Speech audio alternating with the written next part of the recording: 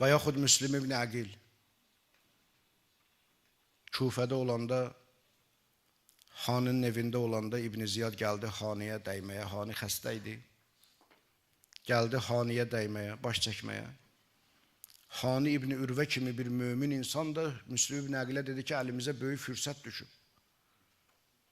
Pərdənin arxasında gizlən. Mən nə vaxtı desəm ki, ciyərim yandı, işarə eləyəcəm sənə. Sən pərdənin arxasından çıxarsan, İbn Ziyadı öldürərsən. Müslim ibn Əqil eləmədi. Hətta Xani İbn Ürvə özü narazılıq elədi Müslimdən ki, niyə eləmədi? Məsələn, o vaxtı bu Xaniyə aydın deyir. Ancaq məsələn, indi bir dənə cavabını deyə bilərik. İmam Hüseyin əleyhissalam Kərbəlada, Aşurada söhbət eləyəndə üzün tutdu qövmə. Dedi ki, hansı cinayətimə görə məndən intiqam alırsınız?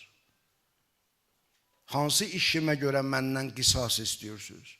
Əgər Müslim ibn Əqil döyüş olmadan evdə, xaninin evində İbn Ziyadı vursaydı, İmam Hüseyin Aşura günü bu sözü deyə bilərdi, hansı cinayətimə görə məndən, hansı işimə görə məndən qisas alırsınız, deyə bilərdi. Deyəcəklər ki, sənin nümayəndən, xəlifənin nümayəndəsini səbəbsiz yerə vurub. Ona qılın çəkməmişdi, onunla döyüşməmişdi. Gör Müslim, biz nəyi düşünürük, Müslim ibn Əqil nəyi düşünür?